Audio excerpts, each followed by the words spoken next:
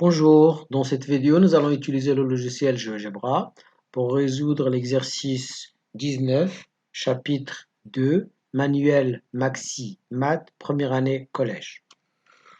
Alors, on demande de représenter un triangle ABC quelconque. Donc, on vient ici, on choisit polygone. Donc, on va tracer un triangle ABC, donc quelconque.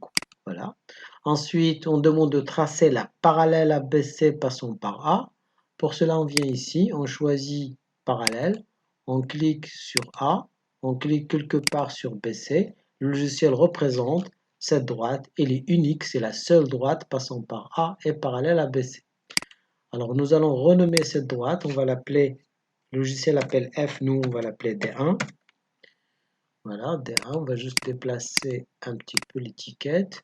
On va faire de même pour tracer la droite passant par B et parallèle à AC. Donc on vient ici, on choisit parallèle, on clique sur AC, on clique sur B. Vous voyez, on peut cliquer d'abord sur la droite, ensuite sur le point ou le contraire, c'est pareil.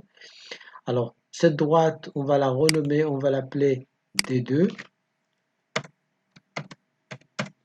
Ensuite, le point d'intersection de ces deux droites, on va l'appeler M. Donc on vient ici, on choisit intersection, on clique quelque part sur D1, on clique quelque part sur D2, le logiciel appelle D, on va renommer et on va l'appeler M.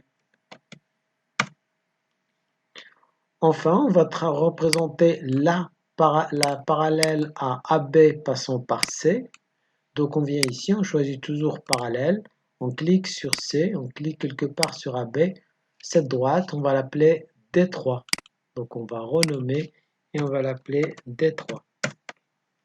Le point d'intersection de la droite D3 et D2, donc entre D3 et D1, pardon, entre le point d'intersection des droites D3 et D1, c'est celui-là, on va l'appeler N.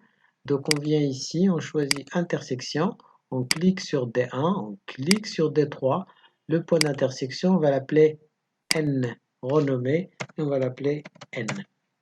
On demande maintenant de montrer que A est, de vérifier plutôt, que A est le milieu de segment MN.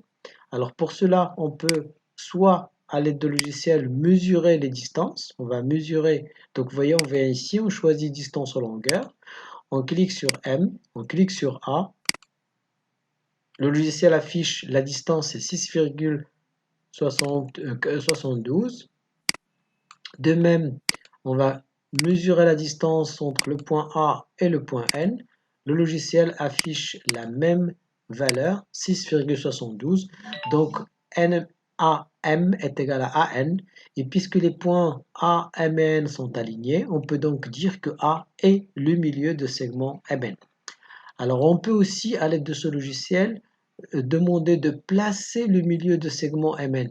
Donc, on vient ici, on choisit milieu, on clique sur M, on clique sur N, et vous voyez, le logiciel place le milieu D confondu avec le point A.